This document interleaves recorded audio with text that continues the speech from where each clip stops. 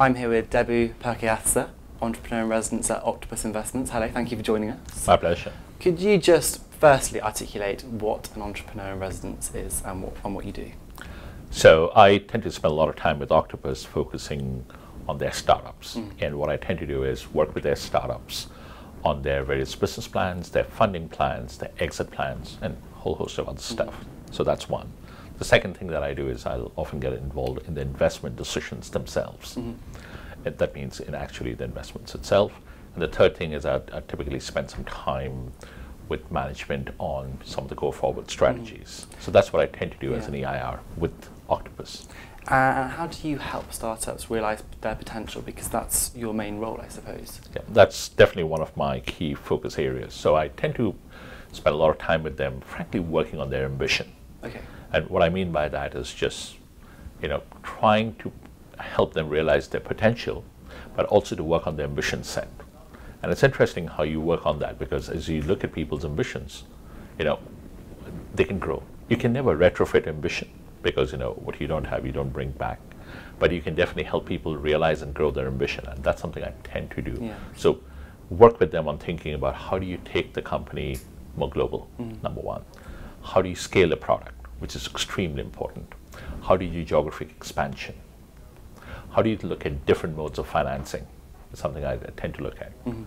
Think about broader, strategic, focuses, including things like M&A. And then obviously the part that, given my background, which comes to me is the exit, helping them realize the exit. So that's what I tend to, spend a lot of time with startups on. So it's a full-on, and then obviously there are certain things depending on the startup that I focus on, and other stuff that I focus less on. So that's very startup dependent. Is it quite common for a company or an organization like Octopus Investments to have an entrepreneur in residence? I know some of the Valley startups do. Increasingly, some of the London-based ones also are and have. Octopus has been investing in this for quite some time now, and it's been quite successful. And you can see that as I talk to startups, I can clearly see that this has been something that startups really value. As acting as a middleman, almost. It's less as a middleman, but more as a person who they can actually talk to without necessarily feeling that they're only talking to the investor. And it's a delicate balance in some senses, because there are certain things that startups want to talk to you confidentially, but also openly. And you're like a sounding board for them. But sometimes they want you to be far more, direct in the involvement that you have. So it tends to work sort of both ways, and it comes down to the startup itself and what they want. But I tend to focus on certain types of startups also, and then sometimes I'll do very early stage, and then I'll do some of the ones which are fairly late stage. Sure. So it works both ends. And do you have a particular market or industry which you're particularly focused on? Not so much anymore. I used to be like that when I was younger, and when I was, sort of doing that, I used to be far more e-commerce, marketplace, and B2C focus. Today, I end up doing, because I've now spent so much of time also in enterprise stuff, and also doing, ironically, some stuff which is relating to telco and hardware. I'm slightly more varied today. So if I look at recently, I've spent some time with startups which have been focused on pure core technology. And then I've worked with startups which are purely in the B2C space. And then there's one startup that I'm spending a fair bit of time on who do large enterprise sales. So it's sort of now a mix. And I do that across geographies. So it tends to work both ways. And have you seen any trends emerging throughout the time of working with all these different startups? A lot. And you see how trends come, go, and then how trends get renamed. Yeah. And it's fun to watch it, because big data, for example, what is very fashionable today, I think has always existed, but it's been called by different names, as an example. But the thing that I probably tend to look at today, and I'm very enthused by, is where artificial intelligence is going, primarily because of the breadth. And it's one of those areas where, frankly, really speaking, what it comes down to is the core technology. And funding, while important, can adapt to the product itself. So all I mean by that is there's no reason why any country which has got the horsepower, the intellectual horsepower, can't develop high quality AI startups or AI engine-led startups. And that is really important because there are certain places where obviously, the size of the country and the infrastructure really works. So in Israel, for example, just to give you a random example, you tend to see less BDC execution startups, like in e-commerce startups, because the country is small. Whereas in India, you'll see a lot of BDC execution startups. But AI is one of the spaces which transcends borders, in my opinion. And so as a result, you can actually be an AI startup literally from anywhere, as long as you've got a very strong STEM underpinning in your education system. So on that basis, if you have a market, or you're acting in a market that doesn't transcend those borders, how do you pitch between the different countries? And that's a really good point, because you break up the types of startups. You've got what I do this, which is horizontally scalable startups. That means these are the ones that scale across countries. So online travel is a great example, right?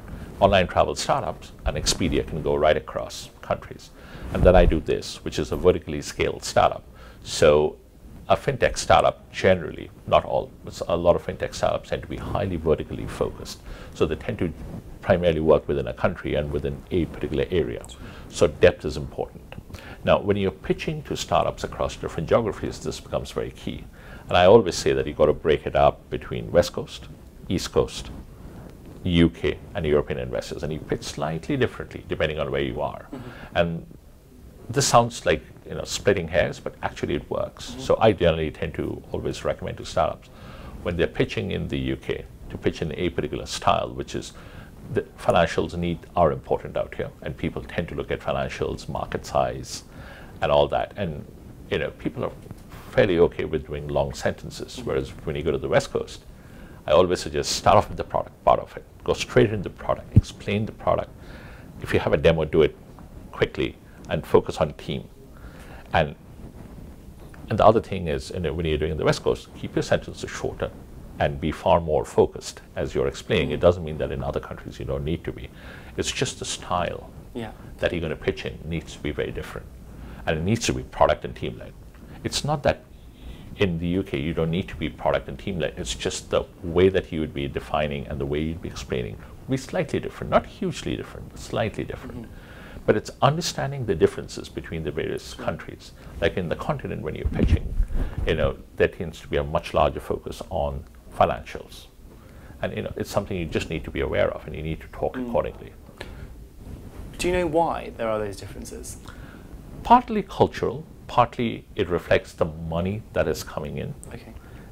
That means the GP money that's coming, the LP money that's coming in. It also reflects the culture of the investor and the investing region. And that's, and I'm not trying to be critical or differential. What I'm trying to say is that's the way it works, and you just need to be just aware that that's the way it is. And it's something that Octopus has tended to do very well. It's tended to be far more broader and global in its process. And as a result, increasingly a lot of the Octopus startups have been moving to the US. But we are also focusing increasingly on Southeast Asia and Asia, because we realize, that's a real powerhouse, and a lot of innovation and money is coming from there. So we've been encouraging our startups to go east, as well as just not only to the valley. Do you think then that there is not a problem per se, but that people are too focused on the valley and they kind of discount other areas that could be actually maybe better for their market? I think that's a great question, because I also spend time in other areas. And one of the things I'm actually doing now, I'm slightly reducing my personal time in the US and adding more time in Asia. And I'm doing it for various reasons. The reality is, from a pure investing perspective, the Valley is still the #1 place if you are looking at exits. There's no doubt about that. But if I were to think long term, and I especially see what's happening out of China and India, there is a lot that's coming in out of there. And it's expertise, but it's also money that's coming in. And a lot of really interesting innovation is coming out of there that we all need to be just very mindful of. And as you do that, that's something to sort of focus on, because if you don't put the focus on, say, Asia and Southeast Asia especially, you're going to ignore it. So, like you, I personally think that from an exit perspective, the Valley is the place that I'd always be looking at now. But you've got to focus on Southeast Asia for the money that's coming in, but also the business potential that's sitting out there. I can see on the private equity side, for example, a side that I actually get to see quite a bit, how much of focus there is coming out of Asia. And this is, we're talking about large sums of money, but also business prospects. And it's something that I personally feel, it's not that investors don't know, but there is definitely a higher focus on the Valley compared to any other geographic sector or geography. Do you think there's a good mixture of, is it the talent or the culture, or is it the environment in Southeast Asia that is benefiting from this increased investment, do you think? I think it's all. So if you take China and India, which are the two behemoths out there, you've got Indonesia, which is massively fast growing. And also the whole social media that's taken off out there is just enormous. If you look at Facebook's numbers now in Asia, it's incredible. In fact, I often think of Asia being Facebook's core market. If you look at WhatsApp, very, very similar. In fact, one of the reasons I always find that Facebook ended up buying WhatsApp is what WhatsApp were doing in India and other countries, the threat that they were posing. And quite rightly, is something that Facebook recognized. So increasingly, you see a lot of the traction that's coming out of Asia and how that's impacting. And if you're a startup, it makes sense to look at Asia from a growth perspective, but also to look at from the perspective of the culture and the money that's coming out. Your broader question is also an important one. So what impact is it making? It's having a huge impact in terms of funding. For example, India, VC funding has just gone through the roof. And you can see some of that manifest in all kinds of weird valuations. But those will, over time, hopefully settle down. And China, what you are now seeing is Chinese companies are beginning to look outside China. And you can see the manifestation of the ambition that's coming out. Yeah. Suddenly Chinese companies, which were tend to be fairly focused in China, are beginning to look out. Both money and this thing. Indian startups are beginning to now look out to actually acquire companies, which is not something I'd seen before. So you see both of these, and it's actually quite interesting. Should we view Southeast Asia as the new Europe in terms of the different countries that are there and the interconnectivity between these countries then? I think each of these three geographies, and LATAM of course, is got its own part to play. Right. And they have completely different skill sets. I still think of, in the US, the kind of product startups, especially in the West Coast, the pure product startups that you get are at a different level. Southeast Asia is primarily being execution-oriented startups. So startups where technology is an enabler, the key to success is in execution. So a good example of that is, say, what do you see Flipkart in India doing? The Amazon of India, as people call it. I think of it as Amazon now being the Flipkart in India. So it depends on how you want to say it. But it is that. So that's an execution-oriented startup. What Europe generally has tended to be very good at is on the mix of both. Definitely there's been a bias towards BDC, but also a lot of the very different and intuitively difficult, I would say, enterprise plays that you see in Europe. And that's going to be Europe's strength. And that has tended to be the place where I personally think London has a huge advantage over any other geography is fintech, is financial technology. And that's something, if London plays its cards well, you should see a lot of very high quality startups come out here. And the government also needs to step up and help a little bit, because this is the one area where London has a very clear advantage. Sure. And it's something that needs to be more, capitalized on. And we touched earlier upon the idea of pitching to different countries and regions. Is there an issue of nepotism within the role of pitching to an investor? If you're talking about the whole concept of warm and cold intros, absolutely. I wouldn't call it nepotism. I mean, if you think of any investor, the number of emails they get every day and messages they get from people reaching out to pitch the ideas is phenomenal. So you need some kind of filtering mechanism, right? And the filtering mechanism comes through what is colloquially called the warm intro. That means somebody makes a reference. And that gives you the filter. Somebody I know and trust is making the reference. Having said that, one of the things that I've always loved the story in Octopus is one of Octopus's, clear success stories has been SwiftKey. And SwiftKey, my understanding is, came through a completely cold, a website page, right? Came through Octopus's website, which in today's world would typically, in most, VCs, would have been ignored. Mm-hmm. But I think it's a testament that, and I see it even today in Octopus, a number of, cold pitches that come in through the website, which I've still looked at. It's picked up and looked at. It's a testament that somebody looked at it. I understand and I respect and I actually agree with the reason for the warm intro, because you need some level of filter. I, for example, don't tend to go sometimes for pure cold pitches, primarily because I just trust my judgment that when I see it, that I'll be able to see something. Mm-hmm.